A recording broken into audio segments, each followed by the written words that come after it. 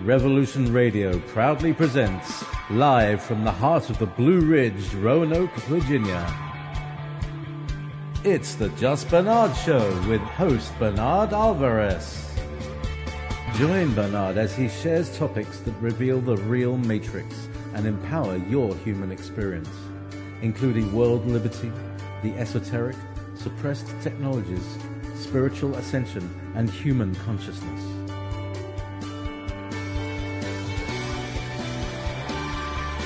Humanity has awakened, and our time has come to realize our full potential.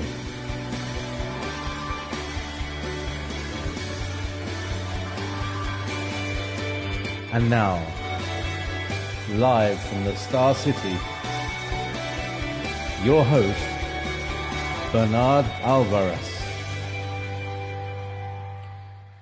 Well, hello, everybody, and welcome to another episode of the Just Bernard Show here on Revolution Radio at freedomslips.com. My name is Bernard Alvarez, and I am your host. I'm here also with Trevor Knott, who is joining me live from Winnipeg, Manitoba. Hello, Trevor. How are you today? Hello.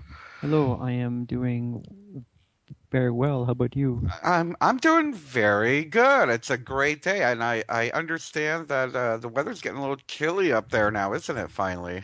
Yes, it has been all week. Lucky you. We had a nice little cold snap, and now it's back to warm and humid. It's so weird living in the mountains. It like traps the humidity. But anyway, so everyone who's listening, I just want to let you know that Trevor is going to be in the chat room and will be taking any questions that you have for me during today's broadcast. Today we're doing another, how should we say, back by popular demand. It seems that our consciousness talks that we do on the show have been getting a lot of requests for more, so we've decided that we're going to start doing more of them. Of course, we're going to be still be bringing on very special guests. As a matter of fact, we have a wonderful guest coming on next week, which I'll go into a little bit later on in the show. But for today, we're going to be doing another consciousness talk, and today's talk is going to be called Walking the Talk and Living in Integrity. Wow, that's a lot to handle, especially for those of us who are distracted by so many things in our daily life. But there's a reason why I wanted to talk about this today. It just seems that, for lack of a better term, as we continue, down our personal paths, no matter what your path is, whether your path is that of an activist or a light worker or developing your consciousness, or being part of Occupy, or part of exposing corruption, exposing the Illuminati. No matter what it is, whether you're a truth activist, a consciousness activist, we are living in very strange times, and because of the fact that we are living in very strange times, many of us, and I get lots and lots of emails from many of you asking these questions, which is why I decided this was a good time to share some answers with you, at least from my perspective. Again, as we get started on this discussion, let me just say that these are merely my experiences, my opinions, and my observations. I believe that everyone's on their individual path. We don't have the right to tell other people how to live or how to think, or what they should be focusing on. The most important thing is that you don't harm another, and that's the bottom line when it comes down to it. But again, like I said, so many have been writing me and asking me, well, what do I do about this? And here I am. I'm having my spiritual awakening. I'm having my truther awakening. I'm seeing the truth now. The veil's been removed. I can see what's happening on the planet. I don't like it. And meanwhile, at the same time, some of these people are working for Bank of America. Some of these people are forced to eat GMO food because they haven't been educated, but are just starting to learn about it. Some people are in relationships with people, long-term relationships with other people that might be causing some conflict as they're going through the spiritual awakening or truther awakening process. And we all know that can become a a bit of how shall we say, a bit overwhelming and can get you a little bit depressed at times. But I feel that the most important part of this particular talk today is the idea of cognitive dissonance. And it will be an underlying factor in much about what we talk about today.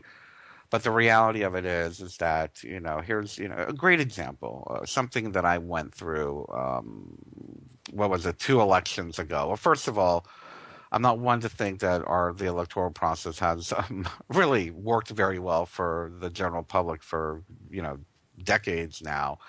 But there's still that part of me that wants to vote. And let's see, what was it, the 2008 election? I wanted to be a delegate for Ron Paul, la la la, big old libertarian. And because I was so concerned about I already forgot who was running that year against Obama, but I ended up voting for Obama. And that really turned my stomach. That really turned my stomach. Why? Here I am. I don't agree with the two-party system. Here I am. I don't agree with Obama as a leader, but yet I voted for him. And you have to ask yourself, what does that do to us? And that's only one example. I mean, there are daily examples that we all go through. There are daily examples of, again, the job that we have. Is it a corporation that's raping the planet and screwing up the economic system? Or where we go shopping, are we so poor that we must shop at Walmart? Or are we, again, just so many daily struggles that we have to go through for those of us who are awake and aware, for lack of a better term, and so much inner conflict with our actions versus what we know to be what is the best for humanity, what is the best for us. And so, we have to really take a broad look and a deeper look at all of this. Is activism helpful? Is activism just creating more anger, divisiveness? Is consciousness helpful, or is consciousness just helping us to forget the troubles of the world? I believe it's a little bit of both. We have to find that middle way, and I'm going to start with that. So for today's talk, let's start talking about the idea of, this upside down world we're living in. We're living in an upside down world, just like 1984 and a brand new world and whatnot. War is peace, up is down, black is white, good is bad, etc., etc. So we are absolutely in a time now where our inner guidance is probably the most important thing that we have. I believe that our intuition, I believe that our ability to be in contact with our higher self is probably at its most crucial at this point in humanity.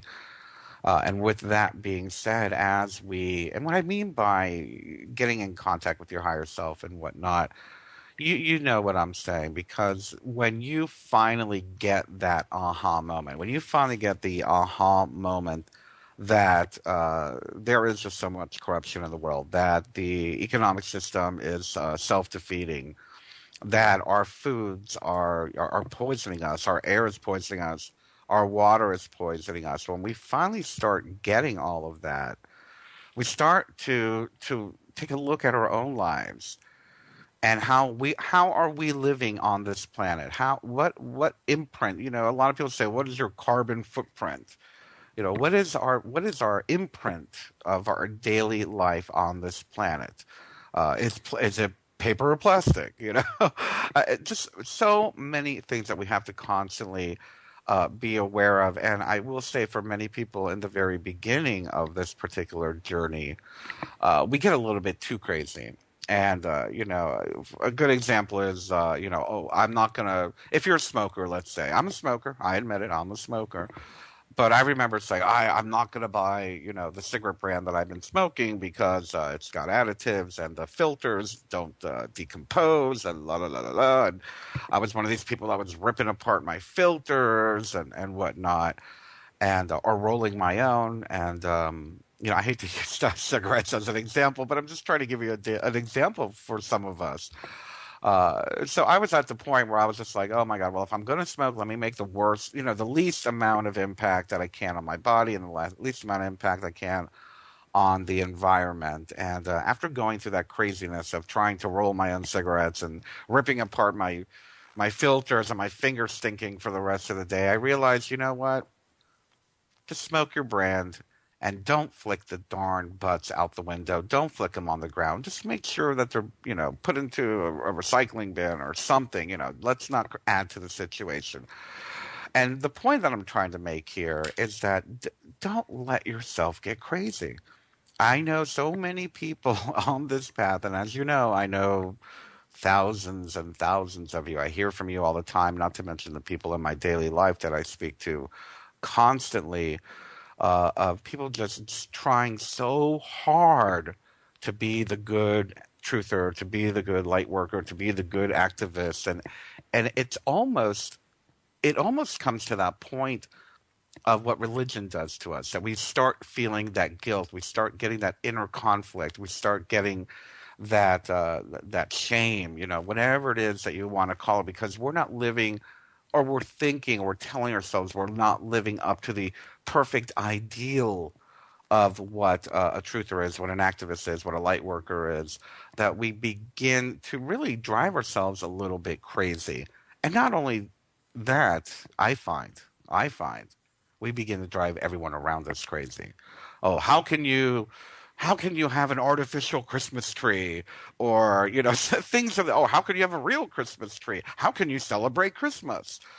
I literally, I had a friend of mine who literally got into this huge argument with me because I wanted to celebrate Christmas. Now, mind you, I'm not even a Christian, but hey, I grew up in a Catholic family. I grew up Catholic, and that was a tradition we had. And, I don't think there's a problem with going to Christmas parties or wanting to decorate your home to make it a little more festive, especially if you live up north and it's snowing outside and you want to bring some nature inside. Now, is it wrong for someone to tell you how to live? Absolutely. That's the whole idea of this. And I think that's the point I'm trying to make right here. Let us stop beating ourselves up on telling us how we are supposed to live. You have to live to the best of your ability. We have to stop telling other people how they have to live. Do we educate? Of course we educate. Do we protest? Of course we protest. Do we do boycotts? Do we stop, supporting a specific organization? Do we, what we do with ourselves is one thing. But I find that like I said in the very beginning, when many of us are coming into this path, we start driving everybody else crazy around us. And that's where a lot of conflict starts coming. And sadly, now, it's not to say it's a bad thing to lose some friends, but the reality of it is, when you're talking about family, when you're talking about your partner, your wife, your husband, your children, you must make the effort to make a middle ground. And we're going to talk more about that later. But the reality of it is, excuse me, we do have a day-to-day life that we must live. Many of us have jobs that we need to go to. Many of us have bills that we have to pay. I am one of the biggest, how shall we say, someone who has an inner conflict of just dealing with money in general. I mean, we need money. I need to pay the bills. I need to have electricity to make this computer work, to be able to do this radio show. I need to buy food that's probably not very healthy for me sometimes, and just to sustain myself so I can speak and have the energy to do this radio show. So we do have day-to-day lives that we have to be realistic about. And in that day-to-day life, what I like to say is I use the term harm reduction quite a bit. A great example, fluoridated water. Can you afford to buy a $400 reverse osmosis system? Or can you afford to pay $20 for a Culligan faucet filter that removes a minimal amount, but yeah, it still removes it. So we have to look at the reality of our situations day to day and realize and work toward and strive for that ultimate idea of where we are, of who we want to be. But in the meantime, let's not make ourselves crazy. Let's not feel guilty, and let's not judge others in their path on this. Yes, it's an upside down world. Yes, I'm still flabbergasted when I hear of a fellow occupier that still has their mortgage at Bank of America. I don't get it, but you know what? They're doing the best they can. We need to do the best we can. We have to allow other people to do the best that they can. So how do we do our best in an upside down world? We don't judge ourselves. We don't judge other people. We walk the talk. We walk the talk of allowing people to find their own way. We walk the talk of answering questions when people have questions pertaining to why don't you buy Nestle water? Well, I don't buy Nestle water because it's fluoridated, and I don't want to support a company like Nestle. And why don't you want to support a company like Nestle? Well, because Nestle wants to make water a commodity and doesn't believe it's a human right, et cetera, et cetera, et cetera. So we answer them. We answer them nicely. We don't answer them like they're an idiot. And what do you mean you don't know why Nestle's evil? You know? And hey, you know what? I'm laughing because I've done that. I've done that myself. I remember 5, 6, 7, 8 years ago doing the same thing. What do you mean you don't know what chemtrails are? What are you, blind? You know? And unfortunately, the reality of it is when it comes to chemtrails, nobody's looking up and nobody really quite knows what they are right now. Even within our movement, I see the different hypotheses are coming out. You know, we have so many out there that are studying and doing the investigative work and trying to find the documents and whatnot of what chemtrails are. And we really don't quite know. Is it against global warming? Is it to poison everybody? Is it to spread disease or to lower our immune system? Or, you know, I've heard everything from, you know, they have nanochips there that we're all going to breathe in, that they're going to click a switch and kill everybody all at once. I mean, we've heard some really far out definitions, but the reality of it is, yeah, we know what's in them. We know what's in chemtrails. We know that there's barium and certain strontium and certain other nasty particulates that are not good for us and that are not good for our environment and not good for the air. But nobody really knows what's going on, and we have to trust that we ourselves will figure it out on an individual basis. And of course, those who are out there doing the research on it will be able to figure it out. But again, as we're figuring this all out, I feel we're in that figuring out stage of our life as humans on this planet. I feel that we're still figuring out what's going on. What happened? You know, what happened? How did we get here? How did we get to this part in human history where things have gotten so bad, where the government has gotten so bad, where global corporatist elitists are running everything, destroying our economy, destroying the environment, and how did they get us to comply?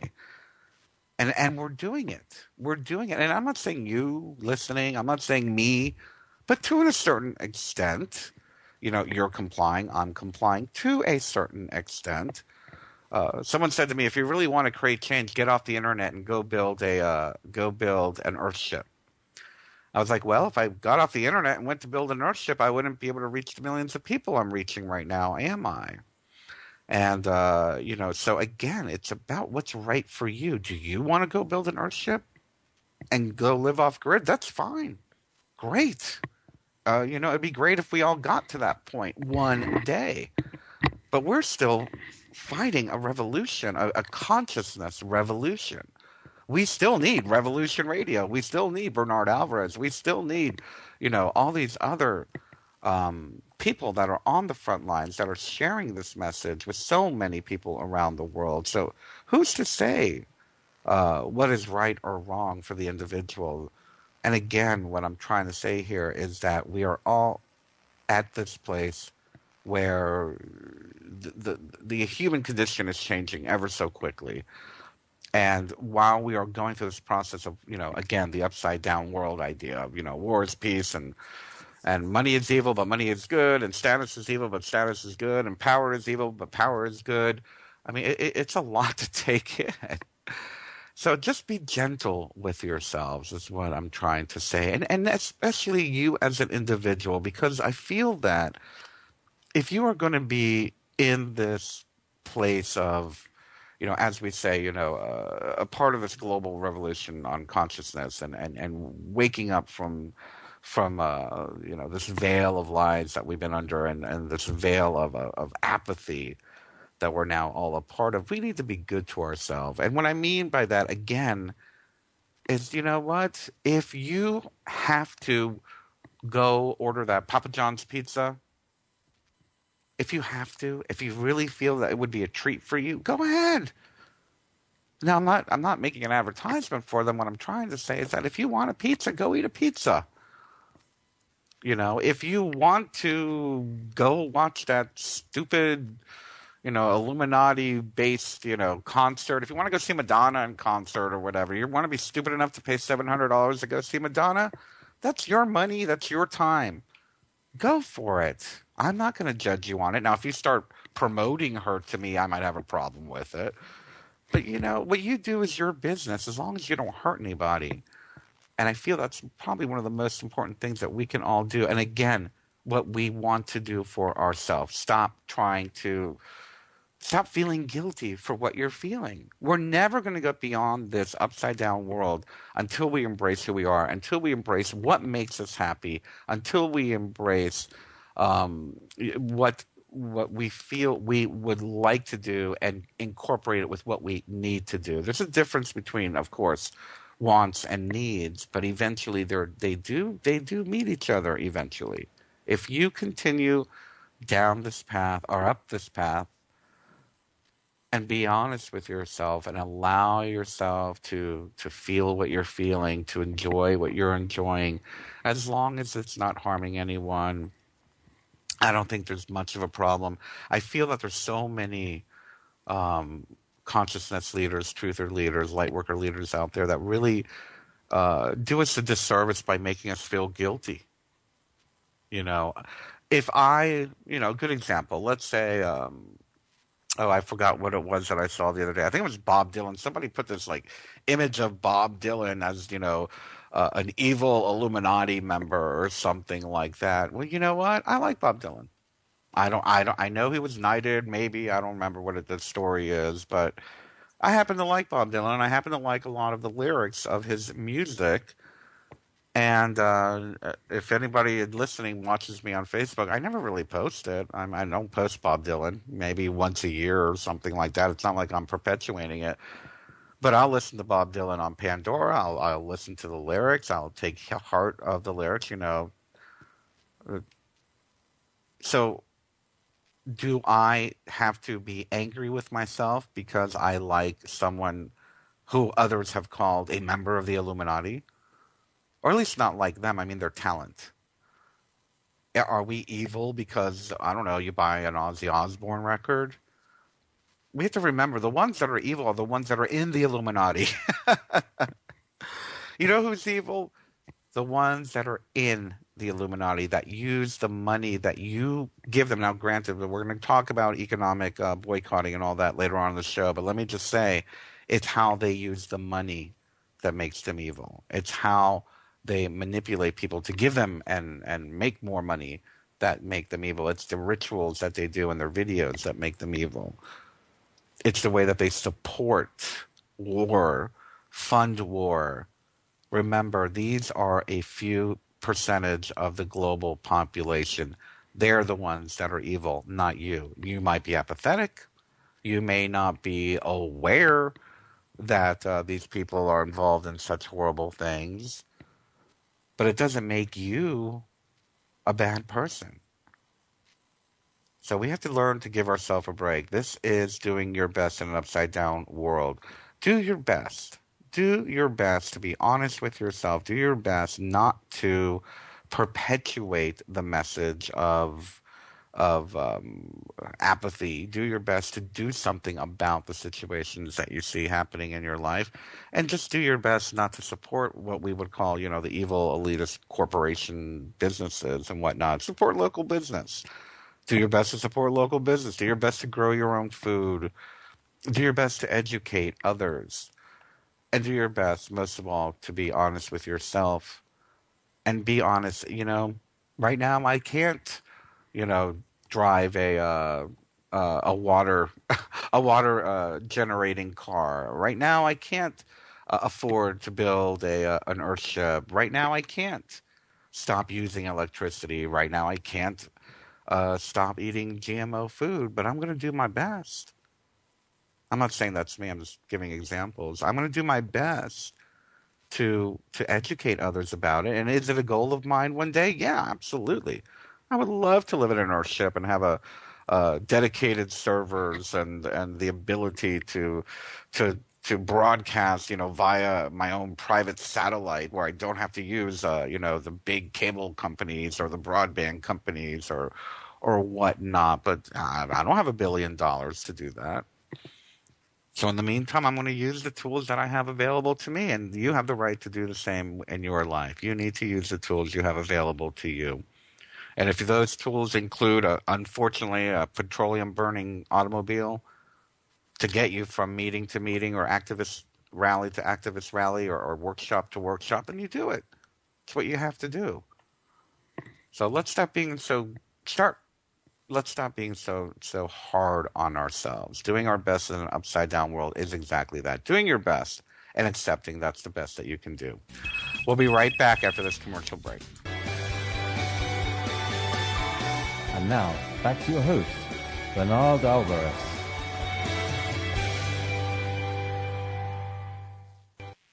And welcome back to our show here on Revolution Radio at freedomslip.com. And if you can, just take a moment and make a donation to Revolution Radio. Of course, this is all volunteer and listener supported. So take a moment and donate to a really, really good cause.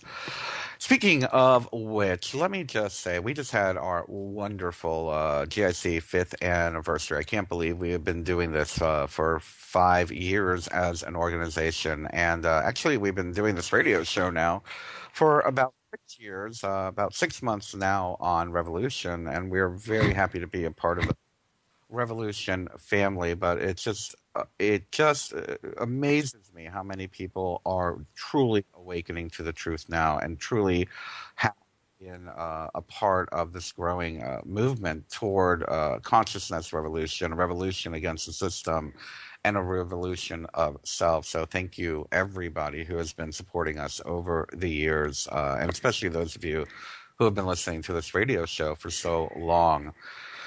I wanted to come in now and talk. I'm going to be a little tough love here now. I want to talk about integrity. And it seems that many of us have forgotten what integrity is. And definition from Webster's dictionary, the integrity structure means that it can, support, its weight or that it should or whatnot. I'm talking about the integrity following through on what we say, on being that good person that we think that we are, of not being a liar, of not being greedy, of not supporting false paradigms or crumbling paradigms. So here we go. We're going to switch it up completely right now from our last half hour, and we're going to talk a little bit about what integrity means. Now, I went to a fantastic seminar about 6 years ago. It was actually, what was that called? I don't remember. It's EST or one of those, overly expensive seminars that my company sent me to. And I really loved the fact that they defined integrity as following through on what you say. So, good example. And I'm not going to be broad here. Now, let's bring it down to the daily level. Are we good people? Of course we're good people, but how good are we? The reality of it is, if let's say you have a good friend, and someone who you care about deeply, whether it be a lover, a friend, or a family member, or a child for that matter. If you say you're going to do something, you need to do it. Come hell or high water, you need to do it. Follow through on whatever it is you're sharing with those around you. If you say you're going to be somewhere, be somewhere. If you say you're going to be somewhere at a certain time, be there at a certain time that you've stated. How many of us can truly say that we are living in integrity? How many of us can truly say that we follow through on everything that we say? Now, this goes on to say, moves on to what I would, it overlaps into what what we all call the law of attraction. If you expect the universe to reciprocate on your intentions, then you must follow through on your intentions as well. If you expect the universe or those around you to follow through on what they say they're doing, then you must follow through on what you said you were going to do. A great example of who's not doing that are governments. Do we want to perpetuate the same ideas, to perpetuate the same lies, the same lack of integrity as the American government, the United Kingdom government, the Australian government, the European Union? Do we want to act like them, or are we going to take it up to the next level? It's time for us to take it up to the next level.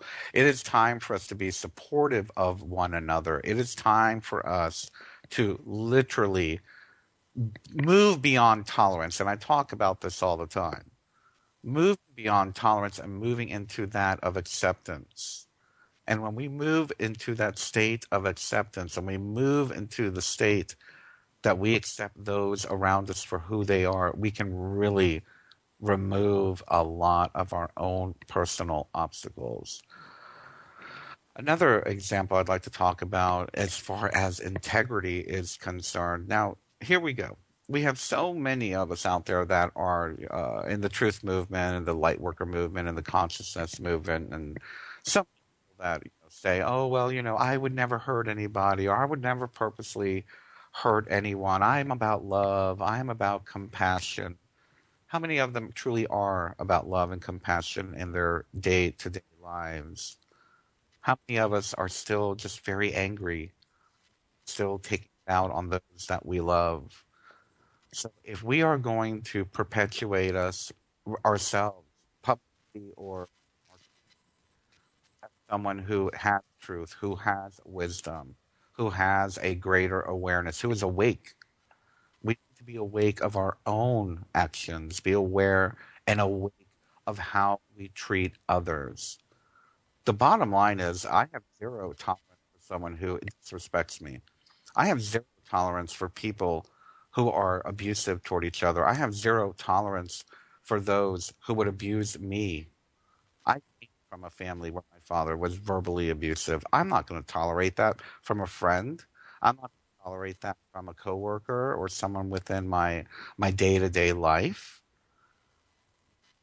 Are we going to be people that can move beyond the talk and literally walk it? And this is where it comes into play. We must learn to walk the talk. We must learn to hold ourselves at a higher regard than those around us. And I'm not saying to be conceited. I'm not saying that to be prejudiced. I'm not saying to be judgmental. I'm saying that about our own individual selves. As an individual, am I holding myself to a higher standard? If I am trying to make the world a better place, am I holding myself to a higher standard? Am I living and walking the things that I share with those, to the public, to those around me that I'm trying to educate? The reality of it is that many of us aren't. And we're not aware of it. It's not a bad thing. It's not a bad thing. If you're not aware of your lack of integrity, hopefully this talk might help you to be a bit more aware of your actions. I'm hoping that the listeners of this particular show might actually say, well, you know what? He's right. If I want to make a better world, why am I acting like the NWO? Why am I acting like a politician? I don't want to perpetuate that world. Why do I keep trying to perpetuate a 3D oppressive paradigm if I'm trying to create a new paradigm? We need to think about these things. We need to think about how we treat one another, and I think that's the most important thing. How are we going to build human beings if we are treating each other with anything less than respect and honor? To use it, namaste means I acknowledge the spirit within you, or I honor the spirit within you. Somebody had taught me many, many years ago when I was being trained back in the 80s and 90s in this, magical, metaphysical movement. to look at people in the term of thou versus you. Not you, thou. Thou is the divine essence of how everyone has a piece of divine within them. Thou acknowledging that piece of the divine within each other. And I'm not saying we have to walk around calling each other thou, but think of others as thou. Thou, I respect that. Have that divine essence within you. What you are doing is helping the planet. I respect that. What you're trying to do, the efforts that you are making, I respect that. And that is where the integrity starts to come in. That's when we start feeling better about ourselves. That's when we start transcending all the negative chat we have of how negative the world is, how horrible the world is, how horrible I am, how horrible you are, how horrible she is. Oh, he's terrible. Look what he did. Look what she did. She said this. He said that. I can't believe she talked like that. I can't believe he talked to me like that. La la la la la la la. La. We have to understand this ridiculous, immature, and three-dimensional false paradigm, fear-based reactive behavior.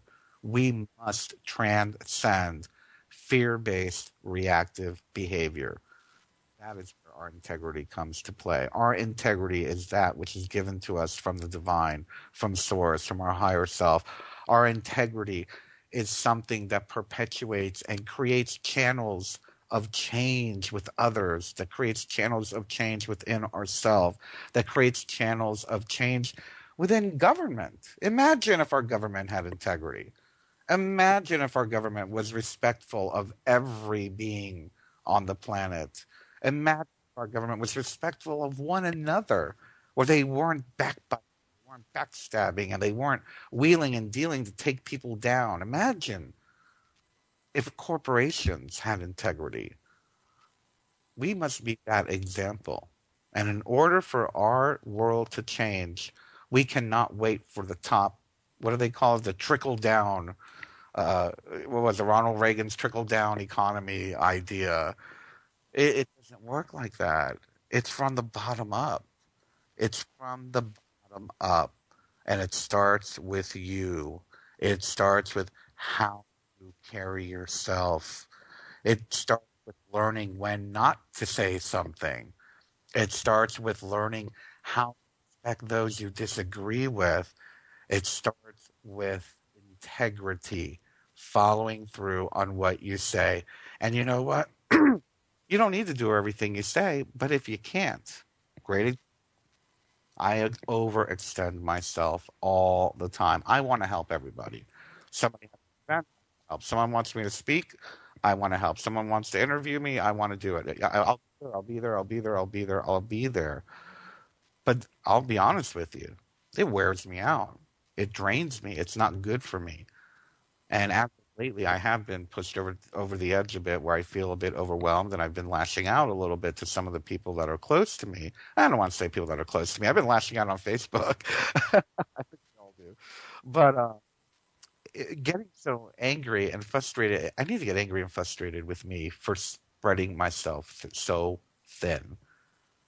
And in that integrity, and then choosing and seeing what is good for me, I can better conduct myself. I can better facilitate the events that I do. I can better facilitate the talks that I do. I can facilitate the interviews that I do. And I can feel better about it and not be aggravated, not feel angry that I have to do it. This goes for anybody. If you can't do it, be honest with yourself. Hey, you can't do it. And let that person know. You know what? I said I was going to your dinner party Saturday. I really feel I need to cancel. I'm sorry. I'll get back to you. You know, oh, I promised I would go to that protest rally with all my friends. You know what? I'm really tired. I need to take the night off. Tell people how you're feeling. Tell them. Tell yourself and be honest with yourself. Be Have and live integrity. Walk the talk. Be the example.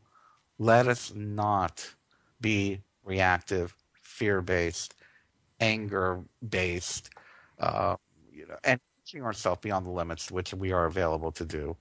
We must take care of ourselves first. And in doing that, you will have the ability to have integrity. You will have the ability to do what you say you're going to do. Do what you're going to do. Be honest and say, I can't do it. I can't do it. Step, step back. Let's talk a little bit about compassion in this paradigm. If we are not going to be and perpetuate another decade or 2 decades or 3 decades of New World Order Illuminati mentality, prison planet mentality, we need to learn to walk in compassion. And walking in compassion means having empathy, having an understanding that those who are suffering are suffering. Those who aren't suffering. And what I mean by that is some people are good at playing the victim. And I hope none of you listening are the victim, but there are certain people that self-perpetuate that victim mentality. There is a difference between someone who is mentally unstable or is sick physically, or literally is living in poverty or is in a war-torn nation, and they're having issues. Of course, they're unhappy. They're that is true. That is true victim. Those of us who play poor me, poor me, poor me, poor me, there's a big difference there. There is a big difference there. There are many people who are so blinded by mainstream media that they feel they have every illness out there. They have to get every vaccine, then they get sick from the vaccine, and it just self perpetuates. Victims of how we treat ourselves. We are only victims of how we think. Treat And if we are going to change the present paradigm, if we're going to move into a new paradigm beyond ridicule, what does the Illuminati do? What does the government do? What do politicians do? They ridicule. Oh, you don't have you don't have any money. We don't need you. Oh, you can't do anything for us. We don't need you. You don't support me. We don't need you. You're no good. It's like the what do we call it? The dysfunctional family of government. I'm sure many of us. I know I was one of them for just a brief moment last night. I ended up watching uh, what was it, C-SPAN, and watching this whole mess with the government shutdown, and just to watch them speak. Don't be that guy. Don't be that guy. Have integrity. Don't be that guy. Don't ridicule. Don't ridicule the poor. Don't ridicule those who have less than you. Don't ridicule those that don't understand as much as you. And hold yourself to a higher regard. Hold yourself to a higher plane of consciousness.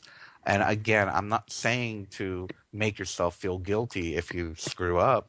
You get into an argument with someone, apologize. Big deal.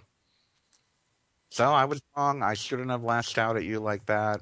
I don't want to treat people like that. I'm not that kind of person. I'm sorry I lashed out at you. What's so hard about that?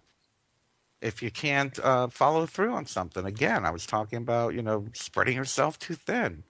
Oh, I'm sorry, I can't do that. I can't go to that party. I can't go to that rally. I can't make that event.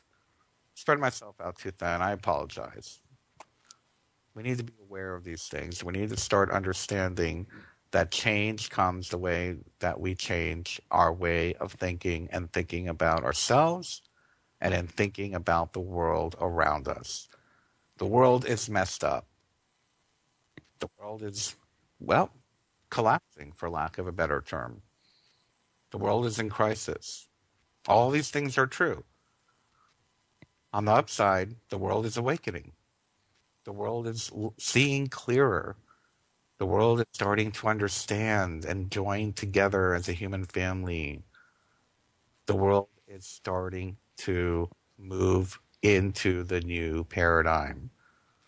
Are your actions a part of the old paradigm, or are your actions a part of the new paradigm? Are your actions going to take and drag you or others around you down, or are your actions going to uplift, elevate your spirit, your being, your personality, and those around you? Again, we all mess up. By all means, don't be hard on yourself. Don't beat yourself up. I know that I say things that I'm like, oh boy, I should never have said that. And don't get me wrong, I'm very outspoken. I'm not against being against being outspoken. I'm against hurting other people. And we all catch ourselves. We know when we said something wrong, and we know when we need to take it back, or at least apologize. We know when we've done something that is against our inner calling, our inner divine self, our inner integrity. We all know that. The next step is to be aware of it and to act on that and make the changes that need to be. Make the changes, make the amends, and love those for what they are doing. Everyone. I don't even care if it's Obama. Obama's lost. I mean, God, we all know he's a freaking lost soul. He's a puppet. He's a puppet. Poor guy. Can you imagine him being pulled left and right and him trying to please the corporations and please the puppet masters and try to please the people? It's a no situation. Now, what have we done to create that type of office? We created the presidency. Some of this falls on us. We've allowed the presidency, allowed the office of the president to be taken over by dark forces, a global elitists. Some of that comes on us. So give people a break. Walk in integrity and also apologize when you know it's time to. We're going to be back in just a few moments, but before we go, I just want to let you know that next week we've got a fantastic show for you. We've got Patricia Awan. I'm saying that right. She's from the Kemetic School. I believe she's going to be joining us live from Egypt. That's going to be pretty interesting. But she writes a lot. She does a lot of tours and she does a lot of classes. She's all about ancient wisdom and retraining and reteaching us everything that was hidden from us from the current system. Anyway, this is the Just Bernard Show here on Revolution Radio. We've got a break coming up here at the top of the hour. When we get back, we're going to talk about the greatest.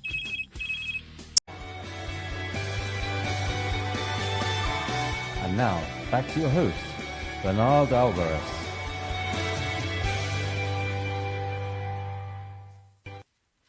And welcome to Just Bernard Show here on Revolution at freedomflip.com. I've got to say something that's making me laugh. I'm on Facebook right now. I'm looking at Facebook. I'm looking at the chat. I just went shopping and went to the store and went to the gym, all this, and guess what everyone is talking about? Guess what everyone's talking about? Yes. Truth movement of the awareness movement, awaken aware movement. Why are we listening to all of this? Why have we been hypnotized by this particular topic? Is this something that they're doing to distract us from a bigger issue? Just putting it out there. Just wondering. I will say that when something that happens and takes over the media and takes over conversations at the gym, at the store, in the taxi. I took a taxi. The cab driver was talking about it. Every news show, every radio show is talking about the same thing. I can't help but wonder what they're doing behind the scenes. Look at the left hand while the right hand is doing something else. I just can't help but wonder.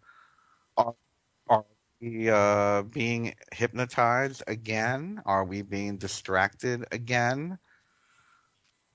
And is it really such a bad thing if the government shuts down? I mean, don't get me wrong. I'm not one to say the yay or nay, but if they would go away, that would be great. But that's just my own personal opinion. But again, just wondering, are we being distracted by this? So with that being said, let's move on a little bit into the show. Last week I posted on our Facebook page at the Global Illumination Council. And by the way, for those of you that don't know, we have a pretty active Facebook page. We have over 70,000 people there. And we're at facebook.com/Global Illumination Council. I said, you know what? Everyone's talking about the greatest evil to humanity. And of course, this started with the whole government. It's the evil to humanity, the end of the world, the end of the world. So I asked everyone, what do you think is the greatest evil to humanity? We got like 100 freaking. So I want to share something with you, and I'm wondering if our listeners would agree or disagree with these as the greatest evil to humanity, and then I'll share with you my thoughts on what I feel is the greatest evil to humanity. Let me just read some of them. Sharon Jones says Monsanto. One of them says, Amy Powell says, anyone who abuses or kills children, women, the elderly, and animals. Jeff Thompson says, people who abide by corporate policy rather than their own morals and values. I can relate to that. Selling their souls for the right to become robots. Probably one of the best answers I've seen so far. Sean Stone says greed, media, also this massive illusion that we need people to run our world. Levon McKinney, greed, NWO, somebody says. For our world stress free. I like that one a lot, Sophie. Thank you. Let's see. Kimberly says, where to start? The way they have 440 hertz on folks, fluoride in the water, our food, water, homes, filled with off-gassing, bankers, spies, herbicides. Uh, Janet says, letting people go without the basic needs like food, clothes, and shelter. Gary Cole says, mindless breeding of humans. Duncan says, the Illuminati. Sarah says, addiction to money. I mean, it goes on and on and on. But, there seems to be a very common thread here. And for lack of a better term, what I'm getting out of it is the lack of humanity. Humanity understands and loves nature. Humanity understands and loves one another, would never hurt or abuse children, women, or the elderly. Humanity would never be greedy and would always share what they have. Humanity, I should say. Humanity would never poison our food with GMOs and pesticides. Humanity would never let religion or government interfere with anyone's freedom. Humanity would not be apathetic. So I think it's fair to say maybe that's a lack of humanity. I'm going to read a few more of these comments for our listeners because I did promise our page I would be sharing many of these. So let me share a little bit more of this. Geo says, I think it's obvious the lack of respect for others in our society and for animals and property is the biggest harm anyone can do to us. If more respect is taught and demanded from students, society would be able to heal and move on to a higher phase of human consciousness. I agree. Thank you, Gio. Michael says the greatest threat to humanity is marketing. Oh, and he called me a paid shill. I love that. Well, thank you for that. I wish I was a paid shill. If I was a paid shill, I'd have a big studio like Alex Jones. But greed, another one. Money and politics, trying to please others for approval. The greatest good, misunderstood. Ego, apathy, GMOs, religion. I mean, these are all the topics that we all are very concerned about. These are all the topics that we are all very aware of that is going on our planet. These are all very important issues, and I'm very happy to say that many people are taking action to correct these quote unquote evils of humanity. Again, I've got to say, I can't help but think it's our lack of humanity that is the greatest evil in the world. It's our lack of compassion, our lack of understanding what nature needs, what the planet needs, what each of us needs to live a fulfilling life. It's very fair to say that there is one evil, and I'm very happy to say no one said it was Satan. I think it's fair to say, though, that satanic energies, whether they be through corporations, the poisoning of the food, the water, the air, or the murder or genocide of millions of people, is definitely one of them. But it's also very empowering to see that nobody got too religious here on this particular answer. So thank you for that, everybody. Let's see. Yeah, I want to repeat this one because I think this is very important. The idea that we are somehow separate when we are one beautiful thing in which every aspect must be nurtured and recognized as a necessary piece of a whole. I'm going to say, let me change the wording, divisiveness. Could it be divisiveness? Is that our divisiveness against nature, our divisiveness against each other, our divisiveness against countries, our divisiveness against religions, our divisiveness against sexuality, our divisiveness against male and female, our divisiveness against political parties, our divisiveness against rich and poor, our divisiveness of those who believe in the Illuminati and those who don't believe in the Illuminati, our divisiveness of activists and non-activists, our divisiveness of truthers and quote unquote, well, I'll just say people that are asleep, not going to use the S word, our divisiveness of people that don't agree with us, our divisiveness of those who don't do what we want them to do the way we want them to do it. Is it fair to say, is it fair to say, and I've spoken about this at length, and I'll get into it in the future, on a future show, I'm sorry. Is it fair to say that when an outcome that we are uncomfortable with occurs, or we experience an outcome that we are not expecting or that we do not want, that we begin to get angry, that we begin to get reactive? And that's fair to say in every aspect of our lives. When, let's say, our husband, our wife, our children do not uh, act in a certain way that we expect them to, because already that we're not expecting happens. We are attached to a specific outcome. If we are attached to a specific outcome and it does not occur the way that we expect it to, is it fair to say that we become reactive and not necessarily in a pleasant manner? Is it fair to say that when we are attached to outcomes, we become angry?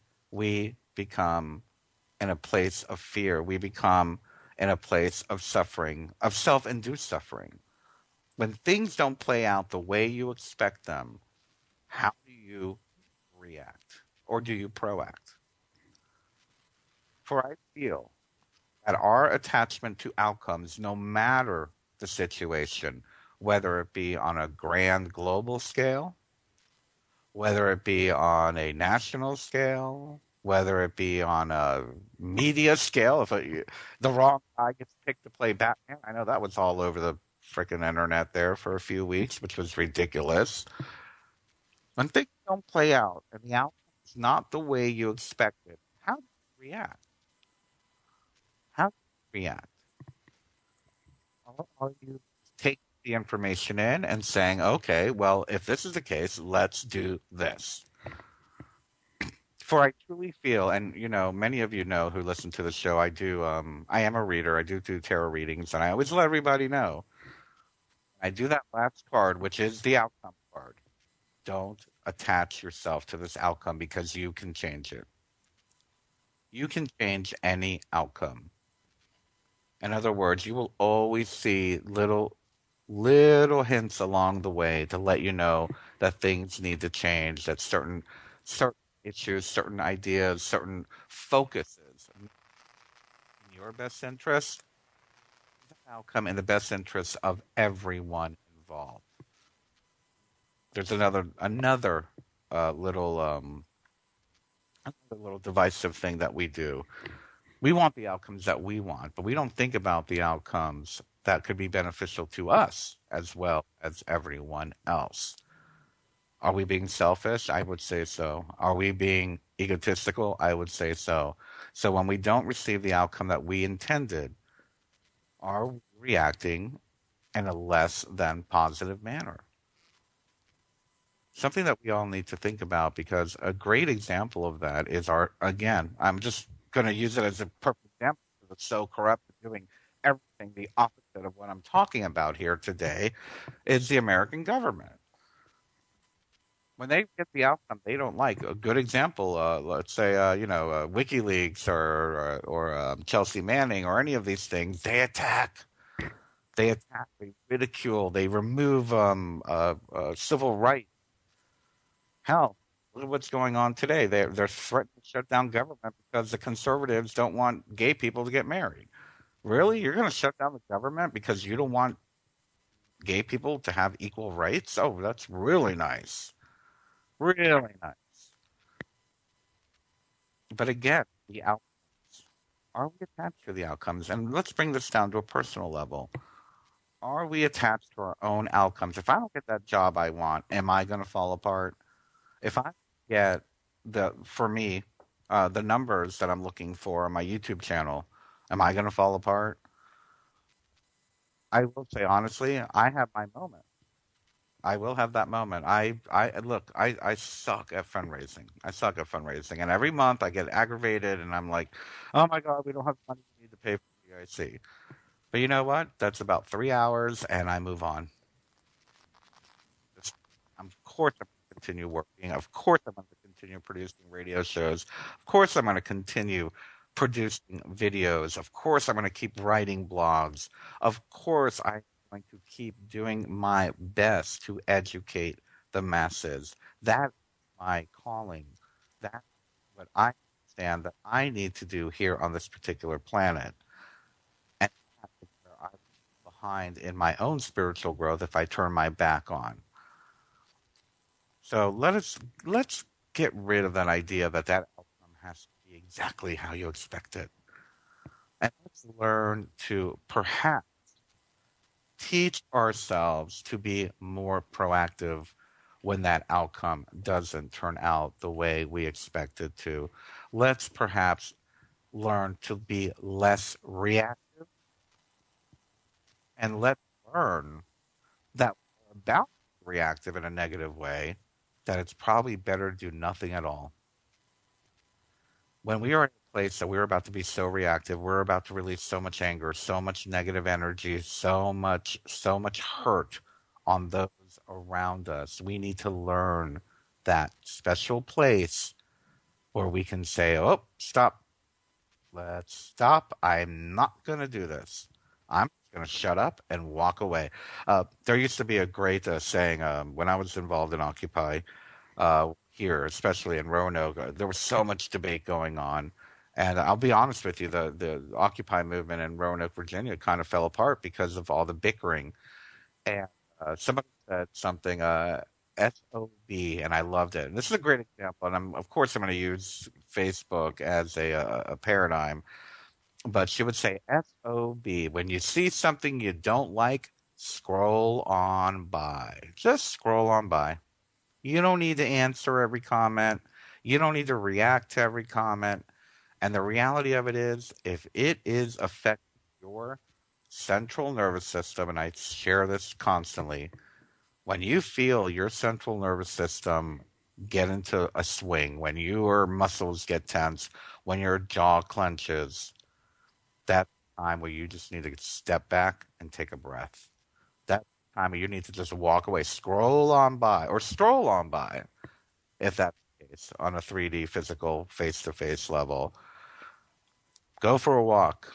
I used to love this about my father. He was verbally abusive. Don't get me wrong. He was horrible about controlling that. But there did come a point where he would just go, "I need to take a walk." And you know what? That's probably the best thing anybody can do when you're in a place, especially within your own personal relationships at home or even on the internet.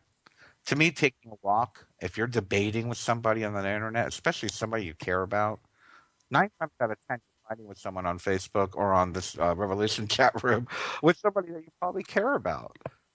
We need to just step away from the computer. Scroll on by. Scroll on by. Move. Go to another room. Go for a walk. Do not ever let your anger or your lack of acceptance of a particular outcome make you a lesser person. Don't ever let that happen. And if you do, forgive yourself and say, you know what? I won't let that happen again.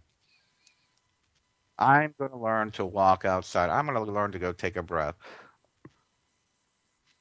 We need to learn not to be reactive. And I think that's probably one of the most important things that our movement, that our awakening process, that our path toward awareness and consciousness is trying to tell us.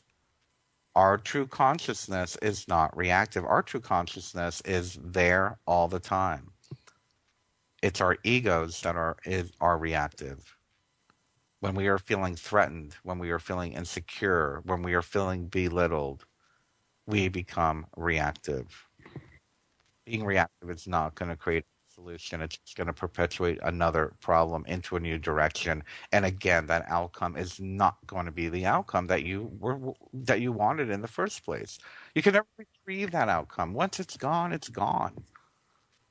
Once that outcome you expected to happen didn't happen, well, guess what? It didn't happen. You can never go backward to make it happen. You must proact, create a new plan, and move forward. We must move forward. That's something I actually learned very recently myself with how I deal with my work at the Global Illumination Council. You know, our paradigm changes constantly when we're dealing with millions of viewers, listeners. I mean, we I think we reached approximately 2 million people last month. And we're still struggling just to make $1,100 a month to pay for the costs of what we do. It made me realize, you know what? It's not working. The way we're doing it is not working. Am I going to shut down? Am I going to quit? Of course I'm not going to quit. Of course I'm not going to shut down. Am I going to get angry for 3 hours? Yeah, of course I'm going to get angry and rant on Facebook for 3 hours. I'm not going to call people names, but I'm going to share my frustration. And the reality of it is that after that, it's like, okay, regroup. What's the new plan? What's the new plan? How can we make this work? That goes with your personal lives. That goes with your marriages. That goes with your children. That goes with your families. That goes with you as a boss. That goes with you as an employee. That goes with you as someone who is working on a project together. You never quit. You never quit. You never hurt. You never do harm to another. You bitch, you moan, you get over it, and you start the new plan. We are not here on this planet to all separate from one another. We are not here on this planet to separate from our families, separate from our loved ones, separate from our coworkers, separate from other activists, separate from other radio hosts or organizations or communities. We're here to unite. So if we have a problem, let's get over it. Let's move on and learn to work together. That is what we are all here to do. You know what? I don't like Alex Jones, but you know what? For me, I don't like a lot of community leaders out there. There's a lot of new age leaders out there that I do not feel an affinity for. But you have to come around and work with me. And if we could focus on one particular issue, and that one issue is to awaken the masses, to educate the masses, to work together to bring unity to all humanity, I would work for it. I would do it. Of course I would. That's why I am here. I am here to help unite humanity, and I hope that's why we are all here together working on all of this. So to go back to the very beginning of this particular segment, the greatest evil to humanity is divisiveness. Divisiveness from nature, divisiveness from our spirit, divisiveness from one another, divisiveness from our friends, our family, to be divided.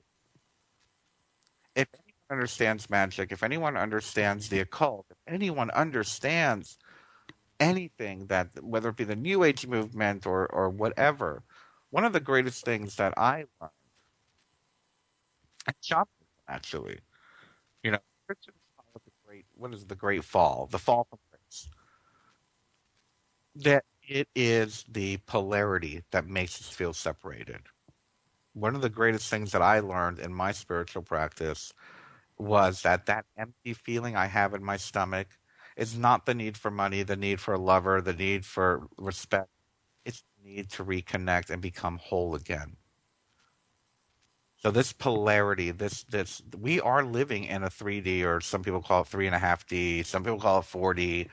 We live in a situation and in a realm of awareness and consciousness that includes polarity at this particular time. It creates opposites. Are we going to perpetuate that oppositeness, or are we going to create that union to create what is called the divine union? Work toward creating that divine union, that the yin and the yang becoming one, the male and the female, or aspects becoming one, the spirit and the flesh becoming one. It is all a part of the whole, whether we like it or not, whether you like it or not. Good and evil exists. It's a part of the whole. It's part of the whole. It's about polarity. It's about opposites. We live in a realm of opposites. But am I going to perpetuate that? Am I going to keep dividing? Oh, well, I'm this and you're that, or you're this and you're that, so I don't like you. Oh, you're a Republican, you're a Democrat. No, we're people. Oh, you're an American. Oh, well, you're Middle Eastern. Well, we're people. Oh, you're gay, you're straight. No, we're people. Oh, you're black, you're white. No, we're people. Do not perpetuate divisiveness, and do your best not to perpetuate it within your own daily life. If we're going to clean up the world, we need to clean up our homes first. Clean up our own house, clean up our own yard, clean up our own thoughts, and clean up our own methods. Again, raising ourselves to a higher standard in order to perpetuate the new thought, the new paradigm, the new world beyond that of the oppressive masters that are controlling us. If you want to live in divisiveness, if you want to perpetuate divisiveness, you are no better, because that's how they thrive. That's how evil thrives. And for those of you involved in Judeo-Christian religion, that's how Satan thrives.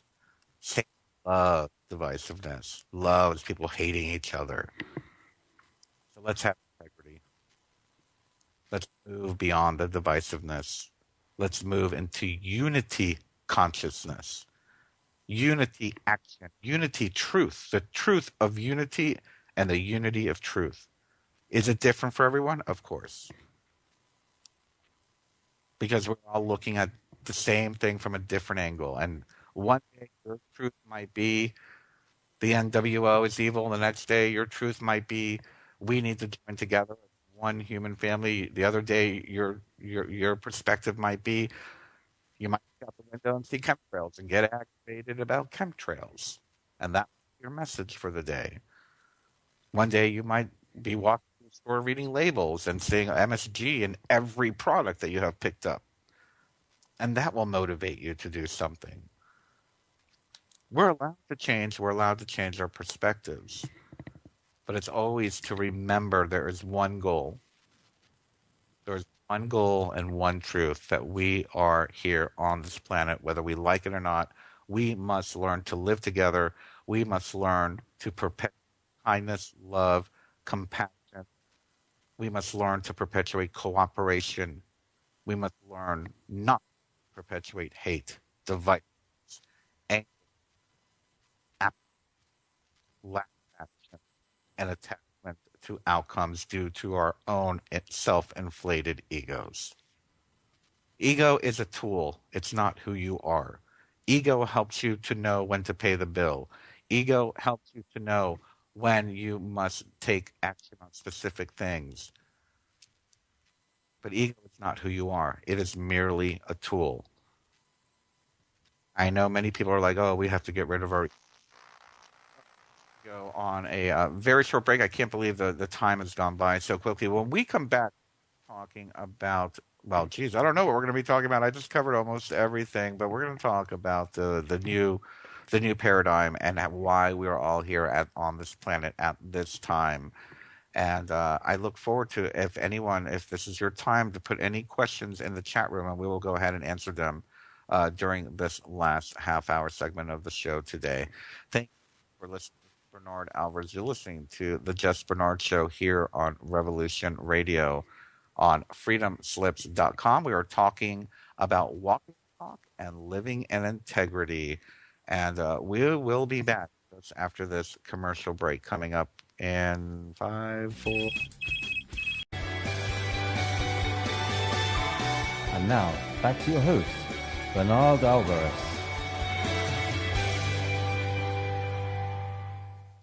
And well, back to the Bernard Show here on Revolution Radio at freedomslips.com. Today, we're talking about walking the talk and living in integrity. Why is this important? Only you can answer that. I just know that it's very important to me and very important to our movement as a whole. Why is it important to our movement as a whole? It is because our movement at this point is about education. It's about trying to reach the masses with the knowledge that we have. It is about reaching as many people as possible. It is not about singing to the choir. And if we are singing to the choir, we are getting nowhere. No. If we are to reach the masses, we embrace the entire human family to perhaps educate, to show, share, and let others corruption, to let others know how our consciousness is being suppressed. We must look at ourselves and the way that we present our message and how we interact with one another in the movement itself. If we are acting within the movement in a active service to others, if we are acting and sharing in a state of anger, we are not creating anything new. We are just repeating old patterns. What I would like to talk about during this last half hour is the big picture. What is the big picture? What are we talking about here?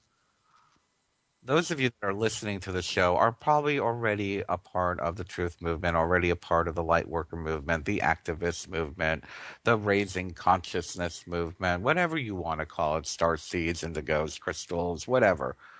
The movement of change, the movement of moving beyond our present paradigm, moving into a greater awareness, a greater consciousness, and creating a better system that benefits all of humanity. And if we are going to create a better system that will benefit all of humanity, we must learn to be the example. If we are trying to, let's say, we want to end the Illuminati, right? Right? Some of us do. Or at least end the dark forces within the Illuminati, or end the dark forces in government, or end the dark forces in the occult and all these secret societies that are trying to control us. Are we going to behave the same way? Are we going to behave the same way? Are we going to make others feel less? Let's look at the big picture of our movement. What have we done so far? What have we done so far? Again, I'll reiterate. We are now at the place of education. We are educating the masses. How can we reach more people? Are we going to reach more people by calling them sheeple? By calling them not awake? Wake the F up? Are we going to get upset when someone we consider is awake doesn't agree with us? I was in a situation last week where someone who I consider and respect very much, very, very much, was a part, was part to something I needed to take care of with the GIC. And they gave me some advice. And I'm always open to advice. I love advice. I love direction. I'm very open to learning new ways to conduct myself in a better way, to conduct my organization in a better way. But what happened was they decided to let's say, I don't want to use the word. Well, actually, I'll use the word to nitpick. And unfortunately, what had happened in that moment was, okay, you've given me this wonderful, wonderful awareness. You've given me a whole new perspective, but now you're nitpicking about how I'm conducting myself and creating this new way of being. All right, I made the initial choice to change something. How I do that change is what is up to me and what I can do to the best of my ability, not anything. And that's everyone listening to this. For everyone listening to this, when you are sharing with other people, when you are helping others to understand, good, let's just say GMOs. When you've educated, let's say, a friend, coworker, a family member about GMO, right? Let's say that person decides they're just going to buy organic, and then you look and you start going through their refrigerator and saying, "Well, that's not really organic. That still has GMO." La, la, la, la, la, la. Do you think that person's going to pursue that lifestyle change? Because we're talking about lifestyle change here. We're talking about changing behaviors. Isn't that what we're doing here? Isn't that what we're trying to create here? A change of behavior, a change of habit. And what I mean by that, I'm not trying to control anybody. I hope you aren't either. But we're trying to create a way of living that is less harmful to humanity, a way of living that is less harmful to the environment, and a way of living that is more compassionate and inclusive of one another. So if you share information with someone and they don't get it the way you get it, good example, again, the GMO thing. It's fair for you to nitpick how they do it once they've already embraced that change. You woke them up. You did it. You've already done it. They're aware of chemtrails. They're aware of fluoride. They're buying non-fluoridated toothpaste. They bought a reverse osmosis system. But they might still be drinking Coors beer that might be using fluoridated water in their brewing. Who knows? I mean, I'm using this as an example because I do drink Coors. I don't know if they have fluoridated water. Something to think about, a whole nother show. But the reality of it is, once you have already done the someone else to you still again, I'll go back to Madonna. It's the only thing I can think of. You still show Madonna videos on your page. So what? They're aware she's Illuminati. Some call her the Queen, which I don't think that's true, but they're aware of her part in this mess. Is it fair for you to sit there and once you have, again, once you have helped another awaken, is it fair for you to harp on them for not doing it the way that you did? Is that any better than an evangelical Christian saying you don't love God? You're not doing what the Bible says. We are here as individuals. I believe in a unity concept. I also believe in individual expression on how to get there. I believe in individuality. I believe in your individual perspective. I believe in individual expression. I believe in your individuality as the person who you are most comfortable in being and acting and living and sharing and expressing. So do not tell others how to live, how to express, how to behave. Share your information. If they awaken, be grateful. Now, big, big, big issue here that we need to. We've only got a few more minutes, but I'll talk about this as fast as I can. Awake, awake. Are you awake? Are you awake? Am I awake? What does that mean? Are you? Oh, they've awakened. They've awakened to what? people that have awakened to the Illuminati. I know many people who have awakened to the New World Order. I know many people who have awakened to the geopolitical corruption, but they're not awakened to their inner spirit. They're not awakened to their higher self. Am I going to judge them? Of course not. What is awakened? Awakened to what? Awakened to chemtrails? Awakened to Alex Jones? Awakened to David Icke? Awakened to George Norrie, Gary Cassidy, Revolution Radio, Bernard Alvarez? Awakened to what? It's a very, very, I don't know. That word has a connotation to it. So while we may consider ourselves or one another awake, let us be very fair in what that awakening is to each individual. I am awakened that I can be a jerk once a month when we haven't raised the money that I needed. I'm awake to that. I'm awakened to the fact that I stink at fundraising, which is why I get so aggravated. I'm awakened to that. I'm awakened to the Illuminati. I'm awakened to chemtrails. I'm awakened to my inner consciousness, to my higher self. I'm awakened to the collapse of the economy. I'm awakened to the corruption of our governments. Let's be aware of how we throw this word around. You know, it's just as bad as sheeple. It really is. It really is. I've had so many people, so many, and again, we reach millions a month. I I get hundreds of emails, comments, letters every week. And one of the biggest complaints I get is, how dare you say I'm not awake?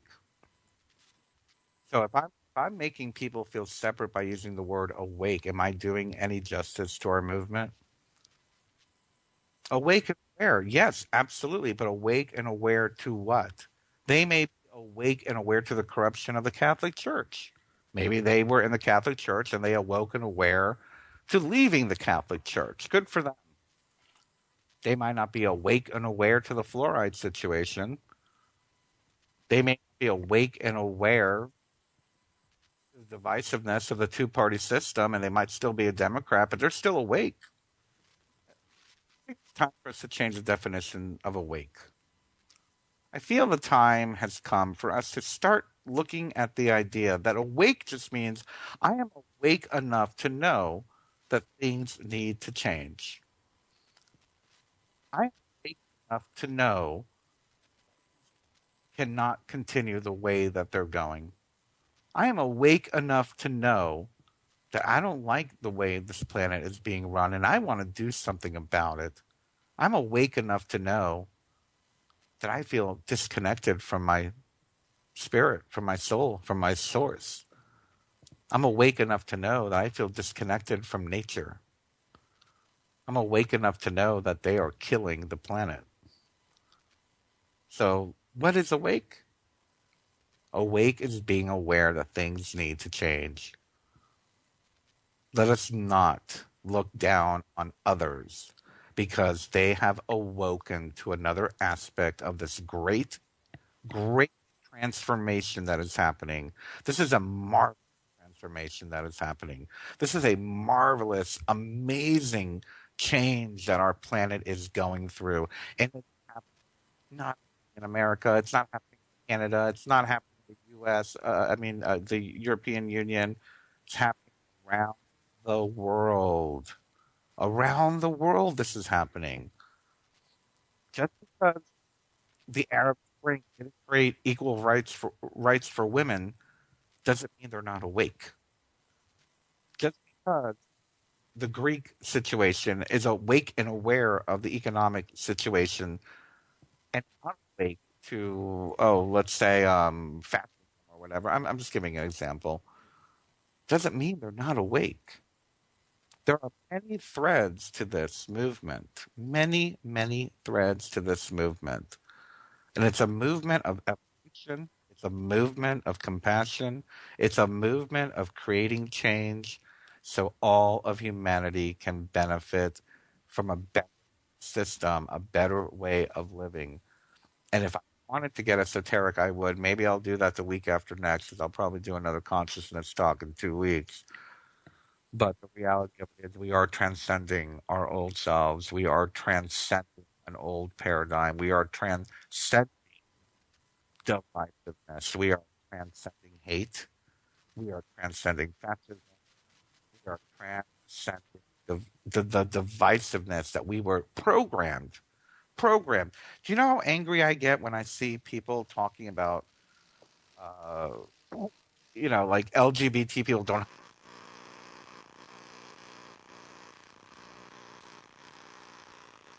have some audio difficulties. Sorry, I guess that went away. But that's like such a low. In my particular path, that is like so 1980s. Really, are we still arguing over this? Really? So black and white get married, but gays can't get married. What is this? 1975? We are beyond that, and I mean this, and I, with all love to my LGBT brothers and sisters and supporters and allies. This is not the end all. We do have greater issues at this point. I feel that has become a divisive issue.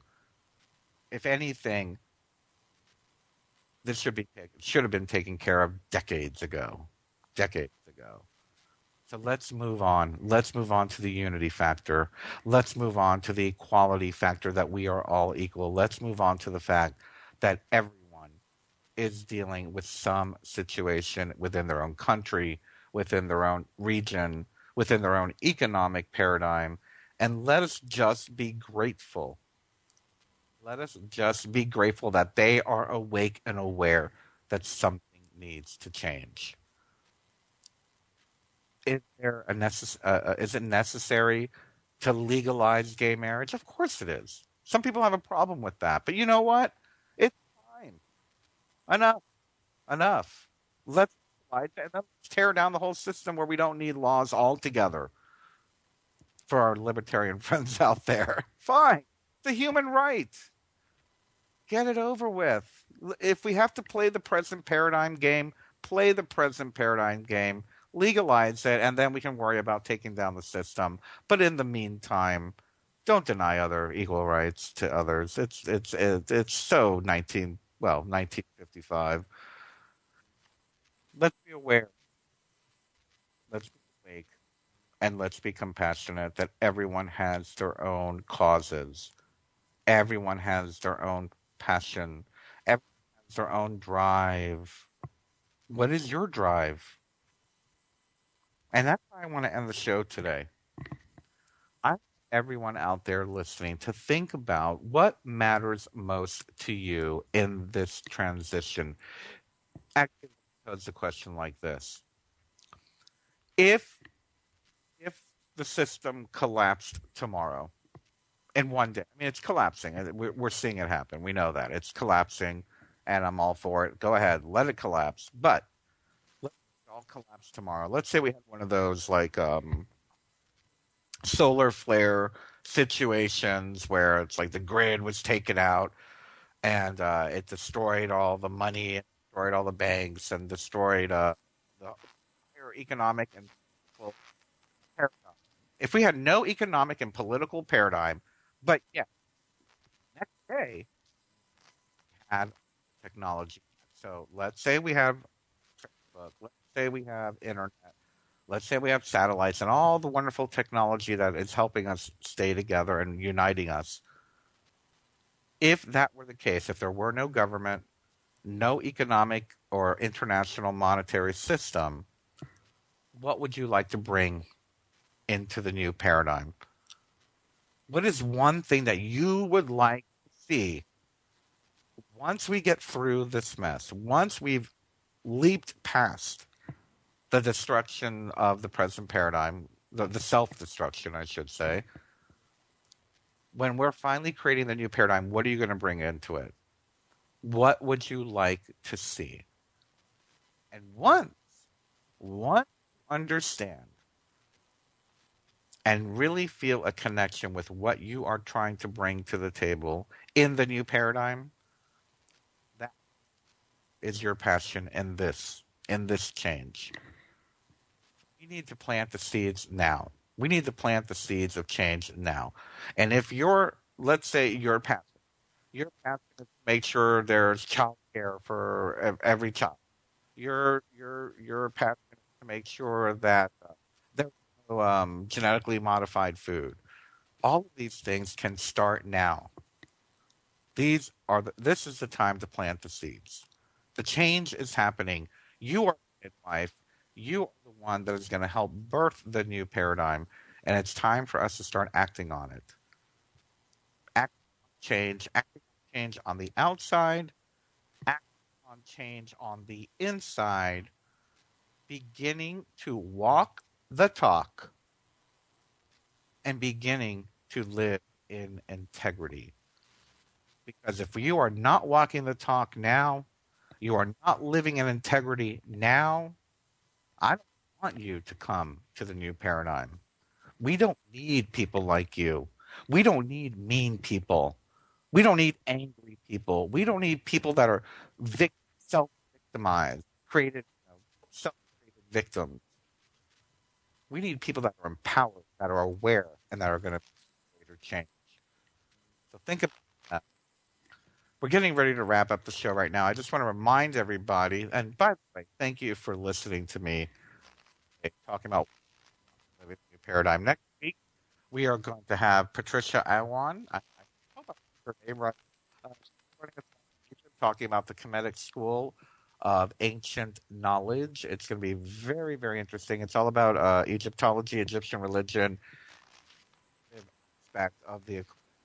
So